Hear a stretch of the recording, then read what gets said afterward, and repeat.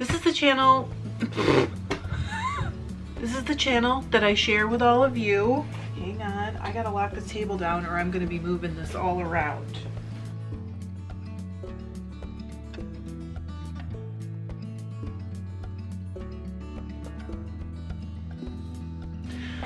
Hi, welcome to FiberLoveDiary. I'm Trish if we haven't met. If you haven't met, welcome back. How are you? You're my people.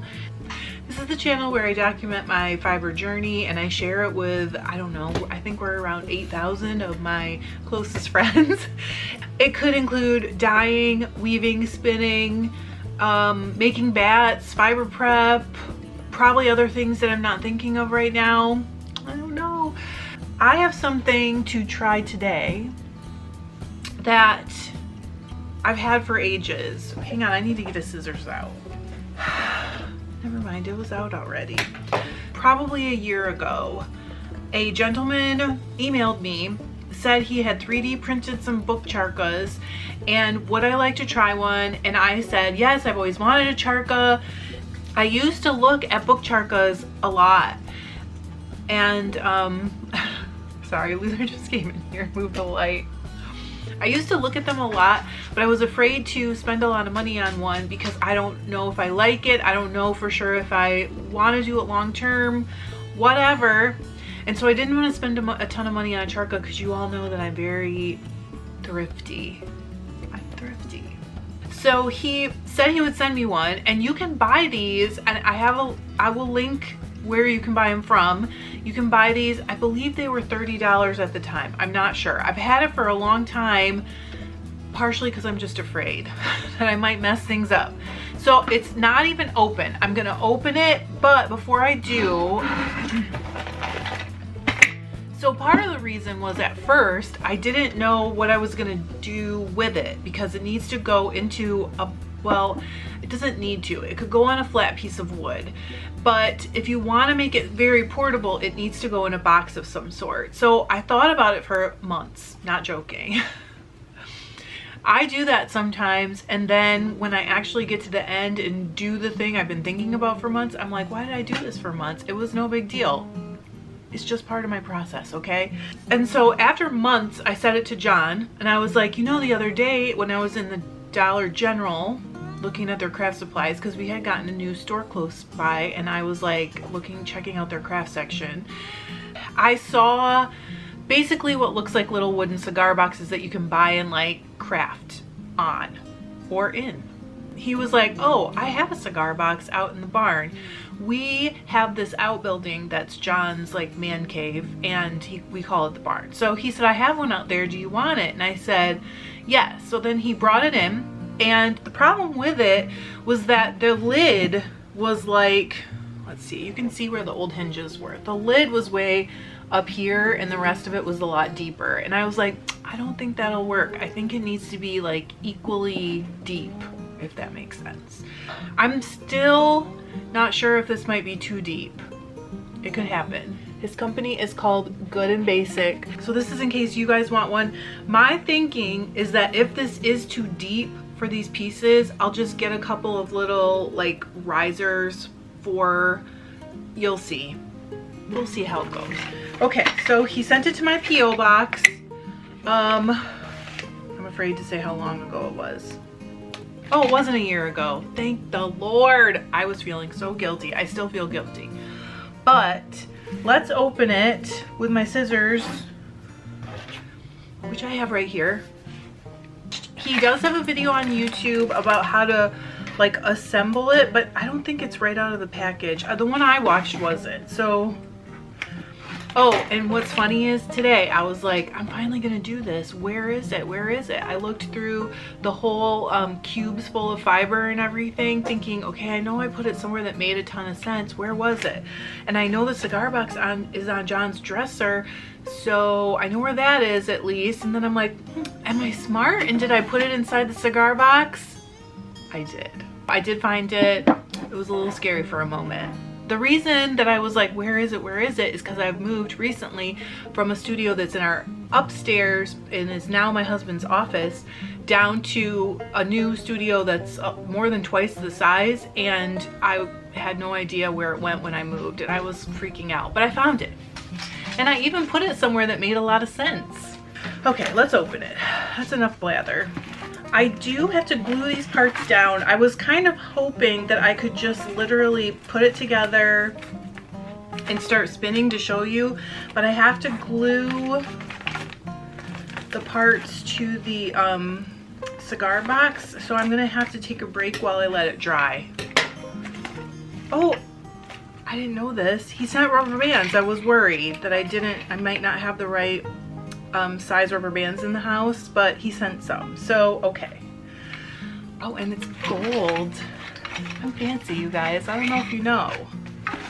So these are the spindles that you will spin on. We'll get to those later. I don't have to glue these down. Oh, and I wanted to tell you guys, so for gluing, I am going to be using good old E6000. It glues really well, and it does stick, it does plastic stuff well. So I'm gonna go ahead and focus down here so you can see what's going on. So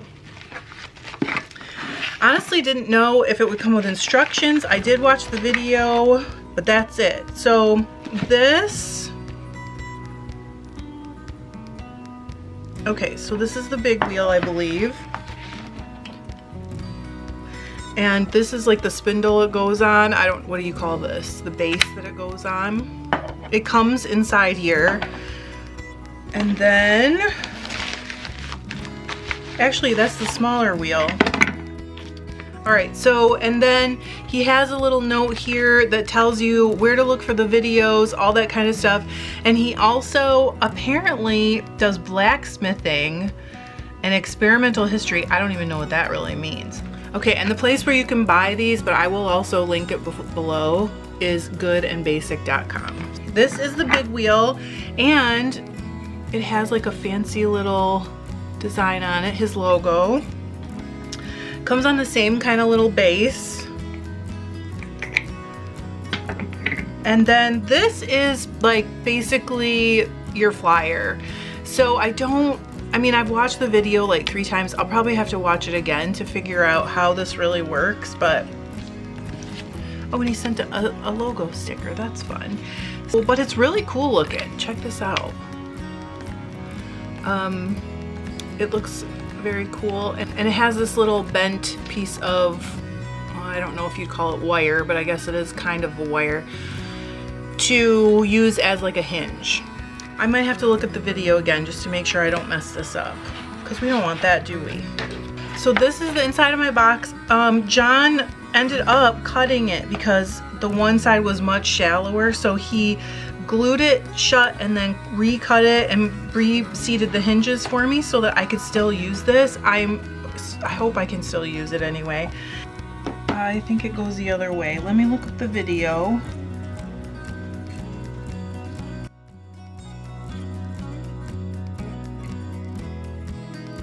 This is his video. I'm just watching it to see how the setup goes. And it's not too deep. So this goes in the back, looks like. And then this goes like more up here. I'm actually gonna line it up probably like right here because I don't want the hinge to be in the way. And that should work. Okay, and then this gets glued on over here. Doesn't need, it looks like it's a little offset. I'm nervous because if I glue it down wrong, I'm gonna have problems. Nope, it's definitely like that. We're gluing this down. I'm scared. I mean, it's pretty cute actually. So I'm gonna glue it. I'm kind of scared, but I'm gonna do it. I'm gonna do the base of the flyer first, and I'm gonna look one more time and make sure I have it the right way because I'm scared. Yep, I do. Again, I'm gonna use my E6000.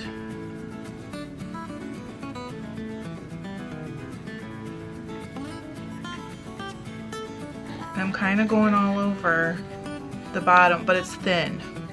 And I am going to, it is not a 45. I'd say I've got it at about a 60-degree angle. And now I'm gonna take this off the base because I like where it is right now.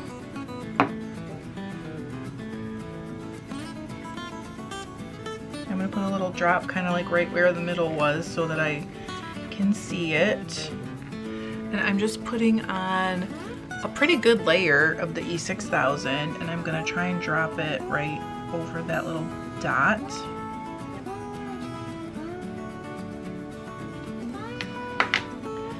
Okay, now I'm gonna do the same thing with this. Try to lift it off of there.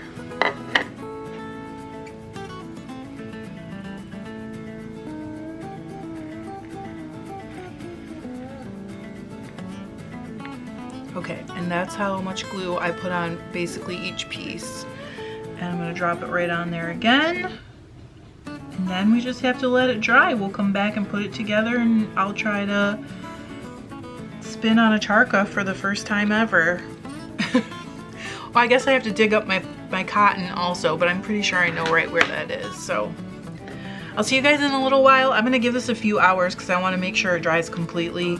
It's gonna have a little bit of tension on the glue, just as like these two things pull towards each other and then these two things pull towards each other. So I just wanna make sure they're really, really well set. Be back in a little while. He sent some rubber bands. I showed you when I opened this up.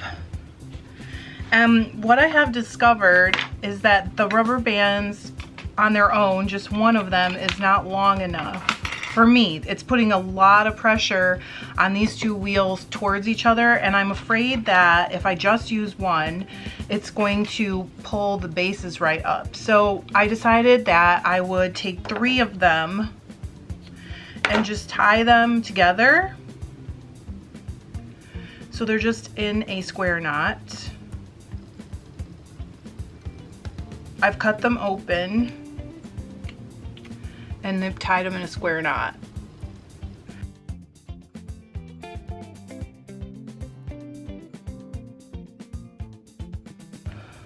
Turn. Okay, so the next thing I want to do is I'm going to take out the bigger one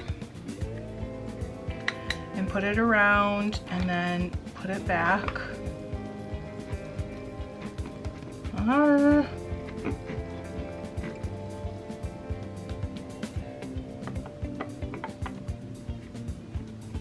There we go, got it. And then I'm holding it and I'm putting this around the bottom of the smaller one. Okay, that feels like it might work.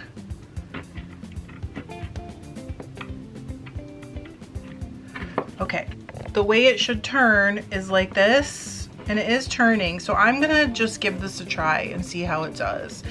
It's a little jerky with the knots, but it's not bad. So we're gonna do this.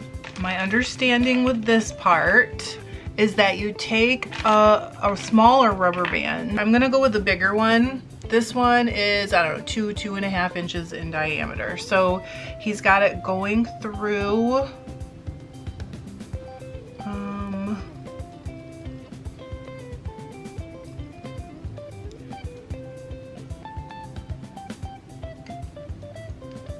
yeah.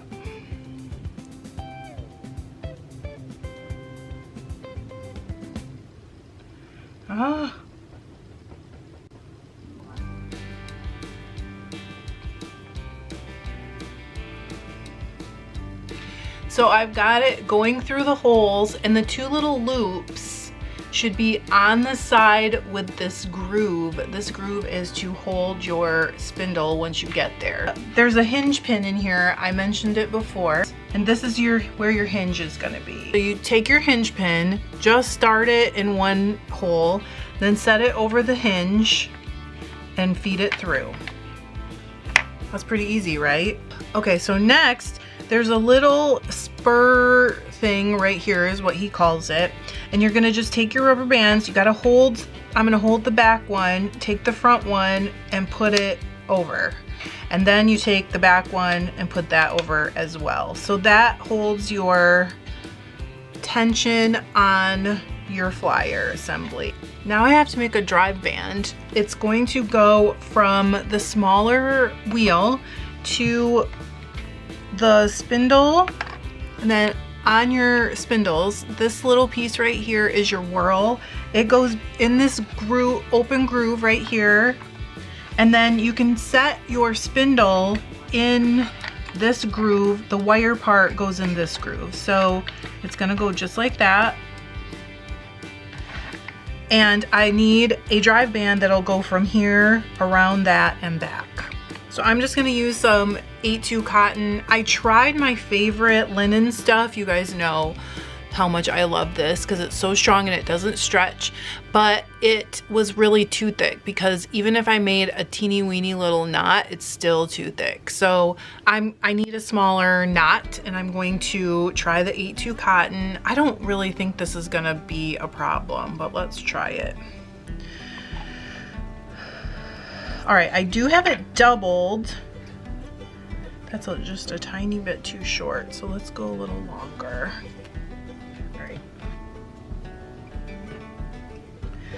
I mean, the good thing about being me is that you always have a whole bunch of string around, right? So this is 8-2 weaving cotton. I'm just gonna use this.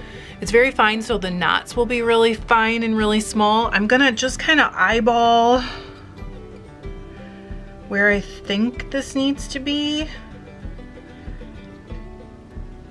and cut it. I'm only leaving myself probably a 1/2 inch on each end longer because I'm gonna use a knot that I use when I tie drive bands for my wheel, and it uses such a tiny little bit of slack. Just take this end, make a loop, and put the tip through, the end through, okay? And then I'm gonna pull this out closer to the end. And then before you pull it tight, you're gonna take the other end and put it through that knot. So you have this knot right here and you put the other end through it. I'm gonna hold that with my pinky and my ring finger, and I'm going to pull this knot tight. Okay? Now this is the other end that I just put through there. This time you're gonna do the same knot, but you have to go around this side. So you make your loop, and see this other end is going through my loop, and I'm just going to take this end, there we go, put it through. Oh, this is gonna be too short. So I did not leave myself much slack, so you can see I'm actually just scooching the knot closer to the end. See that? Now I'm gonna hold this and I'm gonna pull it tight from the other side. Okay, so now all you do is pull those knots tight up against each other and you're done. You can cut the ends off. What you did was you created 2 knots that go like this, and the more they pull against each other, the tighter they get. It's really good for a drive band because see how small that knot is? It's a really small knot and it just gets tighter the more it pulls. So it's really good for that. All right, now let's see if it's too short though, because I'm a little scared that I maybe did make it a little too short.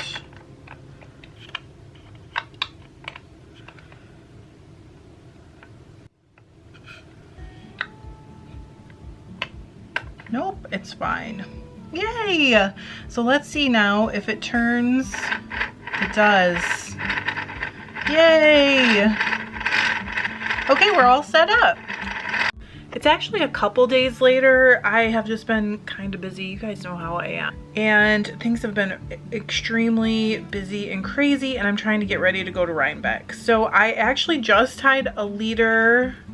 Okay, and now I am going to attempt to spin cotton for the first time ever. So this is my, I guess, spindle. I'm not exactly sure what the term is, but I would call it a spindle that has the leader on it. And let's spin some cotton. I cannot find my cotton. I had some cotton in my stash. Right now I can't find it. But I have a cotton, this is a cotton ball, like a regular cotton ball. This is what is used in the video that explained how to put it together and everything. So I'm just gonna do it. I did, because these are kind of compact, I did just like loosen it a little, but I have not drafted. And I have never tried this before. So you're literally gonna see the first time ever. Wish me luck. And this is a little bit awkward. I will look for a bigger rubber band just because you can feel like the knot go around. I don't know how to explain it, but when it hits, you kind of feel it.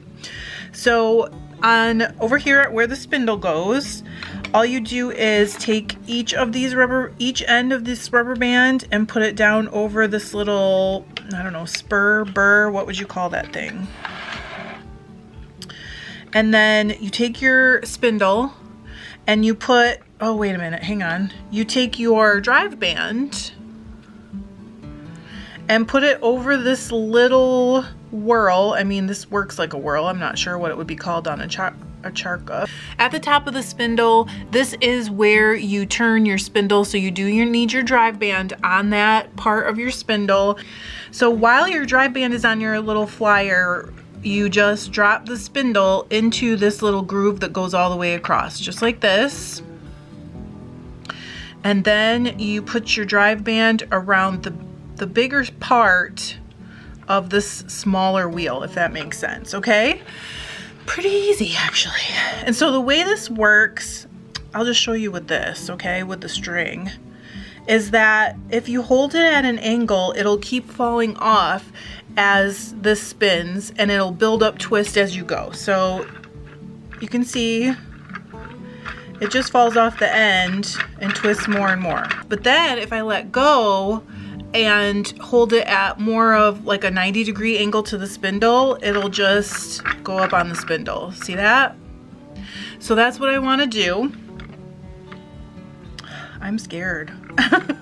I'm going to just pre-draft a tiny bit for it to grip, okay?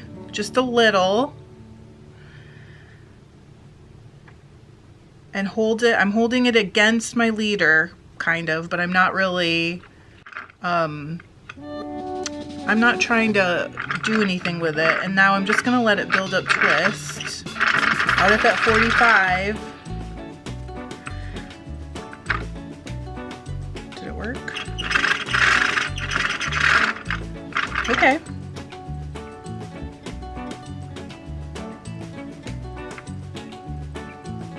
I am scared to do this with my left hand. I don't normally do this way. So now I'm just holding it at the 45 and drafting. That's no good. And now I want to let it build up on my spindle.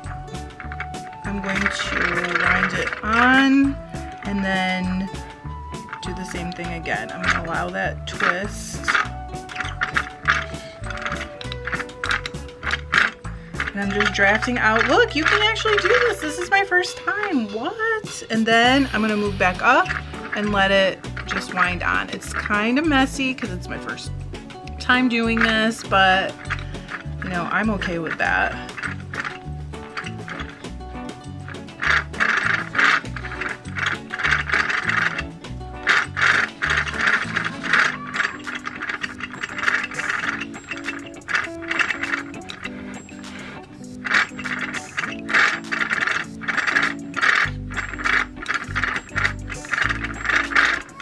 I'll get faster as I go, but look at that.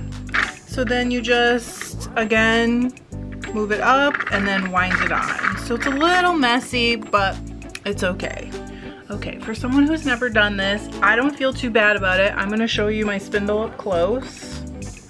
So this is my spun cotton up very close. And now we're gonna talk about my kind of like conclusions on this. When he approached me and asked me to put this on my channel, I did say back to him via email that I would be happy to take one. I did let him know that I would be doing 100% honest review and that that's all I do, and I will tell you that this works. And for the price point, if you want to try it out and see if you like charka spinning, like, I mean, you're not going to get to do it any less expensive, if that makes sense. So the price point is right for something that you just want to try out. However, the way I view this is that it is, how do I say this and be accurate? I would say that this is closer, much closer to a toy than a tool.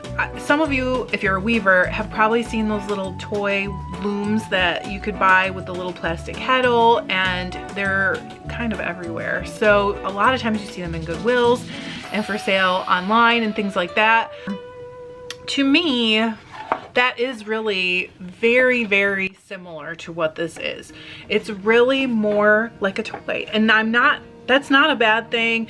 I don't mean that it's not good. You can learn and see if you want to do it. However, I will say, for somebody who's a pretty serious spinner, which do they get more serious than me? I don't know. There are people that are more serious, but not more deep into it, because I'm never serious. But I think if you really do think, okay, I might want to spin cotton on a charka, you could probably bypass. I'm sorry. I hate saying something that's gonna be perceived as negative, because the truth is I don't have anything negative to say either.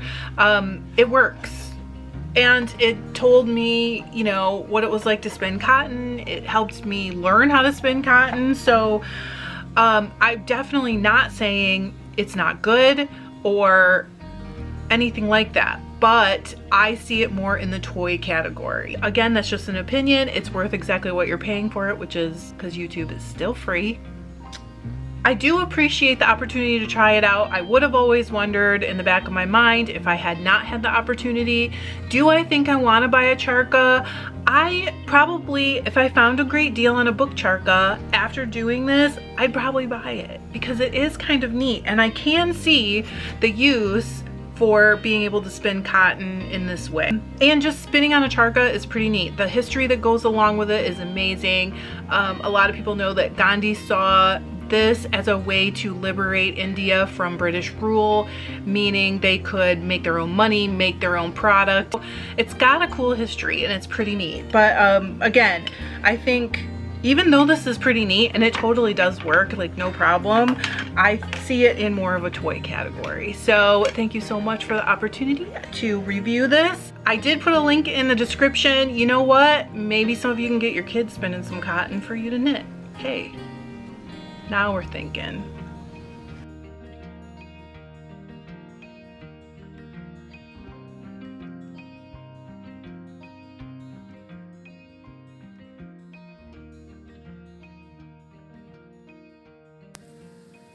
I hope to go live during Rhinebeck a little bit, but I appreciate you being here. Thanks. I love you. Bye.